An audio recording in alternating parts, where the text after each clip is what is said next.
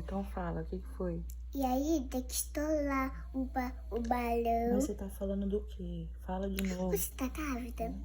O quê? Você tem um bebê? Não. Aí você falou. Eu falei que é cocô. De bebê? Não. De cocô. Mas você falou que Tá, aí eu tenho que fazer o quê? Fala. estourar o balão e aí você tem que saber que é menino ou menina. Eu tenho que estourar um balão. É. Pra saber se é menina ou menino.